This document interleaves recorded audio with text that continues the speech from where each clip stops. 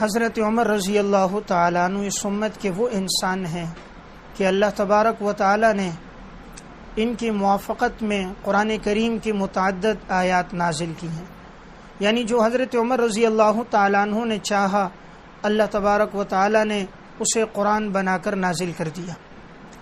حضرت عمر کی جو چاہت اور منشا تھی اللہ رب العزت نے اسے قرآن بنایا اور قیامت تک اسے تلاوت کیا جائے گا اور اسے پڑھا جائے گا.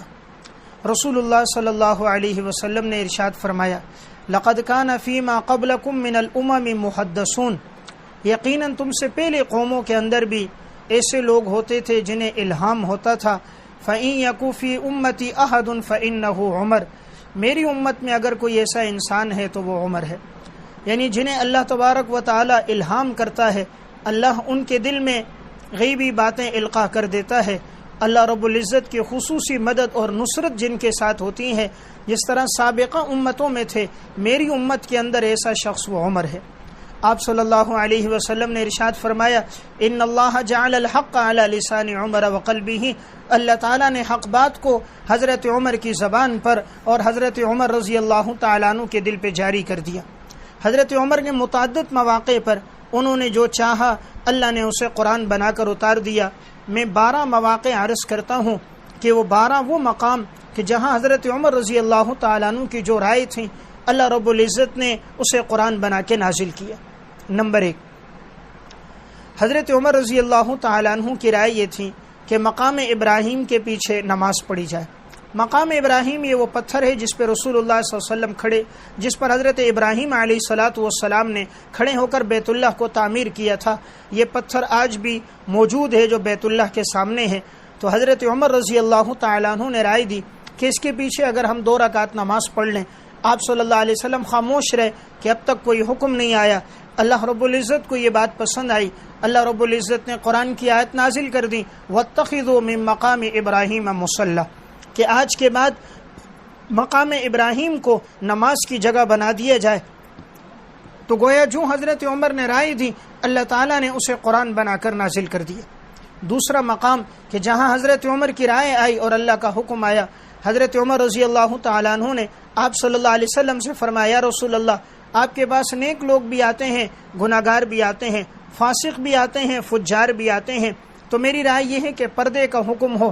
حضرت عمر نے رائے دی، اس وقت تک پردے کے احکامات نہیں آئے تھے، اللہ رب العزت نے پردے کے احکامات نازل کر دی. اسی طرح تیسرا موقع کہ حضرت عمر رضی اللہ تعالیٰ عنہ کی رائے تھی اور اللہ تعالیٰ نے اسے قرآن بنا کر اتار دیا.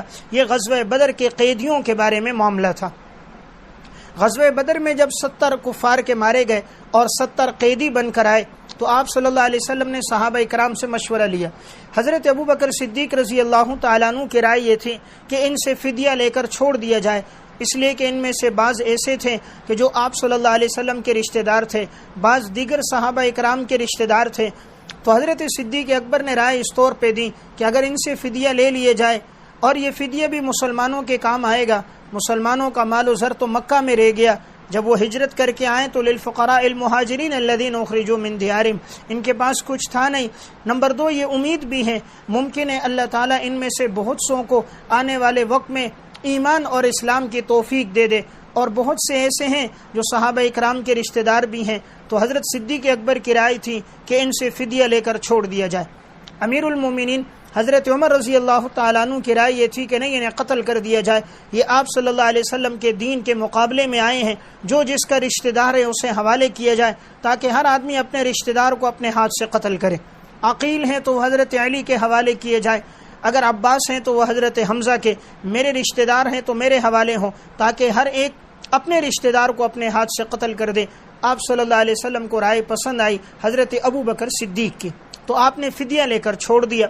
تو قرآن کریم کی آیات نازل ہو گئی ما کان لنبی ان یکون له اسرى حتى يثخن في الارض، نبی کے لیے مناسب نہیں ہے کہ وہ مال لے کر چھوڑ دے، انہیں تو چاہیے تھا کہ وہ خوب خون ریزی کرتے، یعنی قتل عام کرتے. آپ صلی اللہ علیہ وسلم نے فرمایا تھا کہ میں نے دیکھا یہ عذاب یہاں تک آ گیا، اگر یہ عذاب آتا تو کوئی نہ بچ سکتا سوائے عمر کے.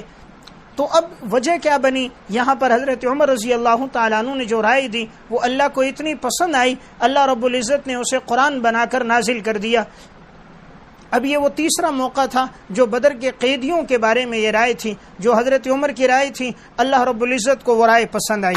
نمبر 4، چوتھا موقع کہ جس وقت ازواج مطہرات کے ساتھ معاملہ چل رہا تھا، آپ صلی اللہ علیہ وسلم غمگین اور کچھ پریشان تھے، تو اس موقع پر حضرت عمر رضی اللہ تعالیٰ عنہ نے ایک جملہ کہا تھا کہ عسى ربه ان طلقكن ان يبدله ازواجا خيرا منكن مسلمات مؤمنات، کہ اگر آپ انہیں تبدیل کر دیں گے اللہ تعالیٰ آپ کو ان سے بہتر عطا کر دے گا، جو مومن ہوں گی، فرما بردار ہوں گی، نیک صالح متقی پرہیزگار ہوں گی۔ تو یہ جو جملہ حضرت عمر نے ارشاد فرمایا، آیت اللہ رب العزت کو یہ پسند آئی، اللہ تعالیٰ نے اسی کو قرآن بنا کر نازل کر دیا۔ اسی طرح پانچواں وہ موقع کہ حضرت عمر کی جو چاہت تھی وہ قرآن بنا۔ شراب کے بارے میں چونکہ حرمت کا حکم اس وقت تک نہیں آیا تھا، تفصیلی احکامات نازل نہیں ہوئے، حضرت عمر رضی اللہ تعالیٰ عنہ دعا کیا کرتے تھے، اللہم بین لنا فی الخمر بیانا شافیا، اے اللہ شراب کے بارے میں کوئی واضح حکم نازل فرما دے۔ تو اللہ تعالیٰ نے شراب کی حرمت پر آیات نازل کر دیں، تو جو حضرت عمر کی منشا تھی اس کے موافق قرآن کریم نازل ہو گیا۔ چھٹا وہ مقام جب قرآن کریم کی آیت نازل ہوئی، وَلَقَدْ خَلَقْنَا الْإِنسَانَ مِنْ صُلَالَةٍ مِنْ طِينٍ، حضرت عمر رضی اللہ تعالیٰ عنہ کی زبان پر آگے یہ جملہ جاری ہو گیا، فَتَبَارَكَ اللَّهُ أَحْسَنَ الْخَالِقِينَ، اللہ کو یہ پسند آیا، اللہ رب العزت نے اسی کو قرآن کریم بنا کر نازل کر دیا، تو یہ جملہ بھی حضرت عمر کی منشا کے موافق نازل ہوا۔ ساتواں مقام حضرت عمر رضی اللہ تعالیٰ عنہ کی رائے یہ تھی کہ عبداللہ ابن ابی ابن سلول کی نماز جنازہ نہ پڑھی جائے، اس لیے کہ یہ رئیس المنافقین میں سے، اس نے ام المومنین حضرت عائشہ رضی اللہ تعالیٰ عنہ پہ تہمت لگائی، آپ صلی اللہ علیہ وسلم کو تکلیف اور اس نے اذیت دی۔ ان کی رائے یہ تھی کہ نماز جنازہ نہ پڑھی جائے، لیکن رسالت میں آپ صلی اللہ علیہ وسلم چونکہ رحمت للعالمین تھے، آپ صلی اللہ علیہ وسلم نے فرمایا اللہ نے مجھے ابھی منع نہیں کیا، آپ نے نماز جنازہ ان کی پڑھا لی۔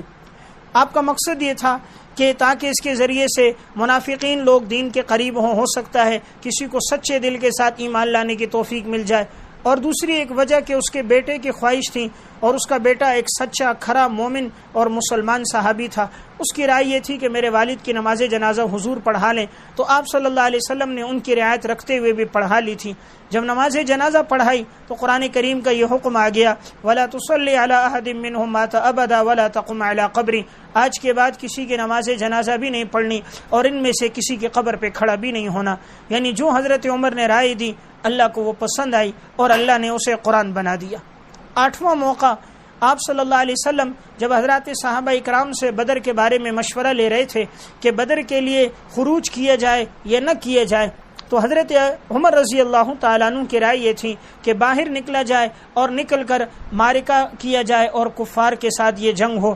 تو حضرت عمر کی جو رائے تھی وہ اللہ کو پسند آئی، کما اخرجک ربک من بیتک بالحق، قرآن کریم کی یہ جو آیت ہے اس کا جو نزول ہے اور یہ حضرت عمر کی منشا کے موافق ہے۔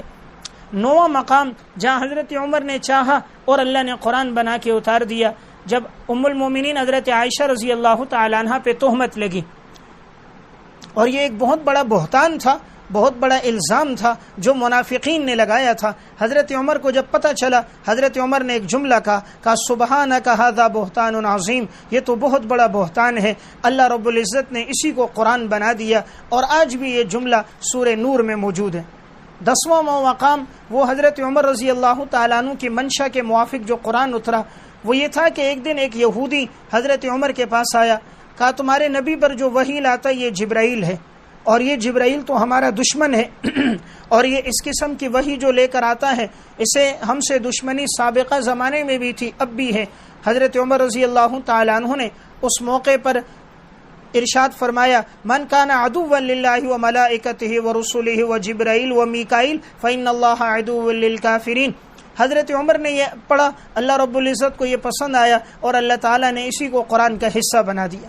یعنی جو حضرت عمر کی منشا اللہ رب العزت نے اسے قرآن کریم کا جز بنا دیا۔ 11واں مقام کہ جو حضرت عمر کی منشا پہ نازل ہوا وہ مشہور واقعہ جو ایک منافق اور یہودی کے درمیان ہوا۔ منافق یہ چاہتا تھا کہ فیصلہ کیا جائے کعب بن اشرف سے، اور یہودی نے کہا نہیں، فیصلہ تمہارے پیغمبر سے کرواتے ہیں۔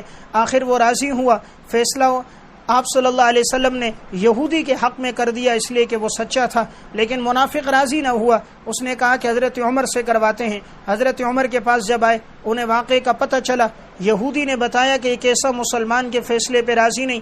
حضرت عمر نے تلوار لی اور اس کا سر قلم کر دیا کہ جو محمد الرسول اللہ کے فیصلے پہ راضی نہیں، عمر کا فیصلہ یہ کہ اس کا سر تن سے جدا کر دو۔ یہ واقعہ تفسیر بیضاوی میں، تفسیر ابو سعود میں، تفسیر مدارک میں اور مرقات المفاتیح میں یہ واقعہ موجود ہے۔ اب منافقین آئے حضور کے پاس کہ ہم تو قصاص لیں گے حضرت عمر سے، تو قرآن کریم کی آیات نازل ہو گئیں، فَلَا وَرَبِّكَ لَا يُؤْمِنُونَ حَتَّى يُحَكِّمُوكَ فِي مَا شَجَرَ بَيْنَهُمْ ثُمَّ لَا يَجِدُوا فِي أَنفُسِهِمْ حَرَجًا مِّمَّا قَضَيْتَ وَيُسَلِّمُوا تَسْلِيمًا۔ تو یہ 11واں وہ مقام تھا جو حضرت عمر کی منشا کے موافق نازل ہوا۔ 12واں وہ مقام کہ جو حضرت عمر رضی اللہ تعالیٰ عنہ کی رائے کے مطابق نازل ہوا کہ حضرت عمر ایک دن آرام کر رہے تھے، دن کا وقت تھا، تو ایک غلام دن کے وقت میں آیا اور اندر آ کر داخل ہو گیا۔ اس وقت تک چونکہ اجازت کے احکامات نہیں آئے تھے، حضرت عمر رضی اللہ تعالیٰ عنہ کی رائے یہ تھی کہ جب بھی کوئی آئے تو وہ اجازت طلب کرے، استئذان کے بعد وہ گھر میں داخل ہو جائے۔ حضرت عمر نے یہ چاہا، دعا کی، اللہ رب العزت نے اس کے مطابق احکامات نازل کر دیے اور استئذان کے جو احکامات ہیں وہ سورہ نور میں آ گئے۔ تو یہ میں نے 12 وہ مقامات عرض کر دیے جو حضرت عمر نے چاہا اور اللہ نے اسے قرآن بنا دیا، اور قیامت تک یہ قرآن کریم پڑھا جائے گا۔ اس سے معلوم ہوتا ہے حضرت عمر کا مقام اور مرتبہ کتنا بلند ہے، جو انہوں نے چاہا اللہ نے اسے اپنے کلام مقدس کا حصہ بنا دیا۔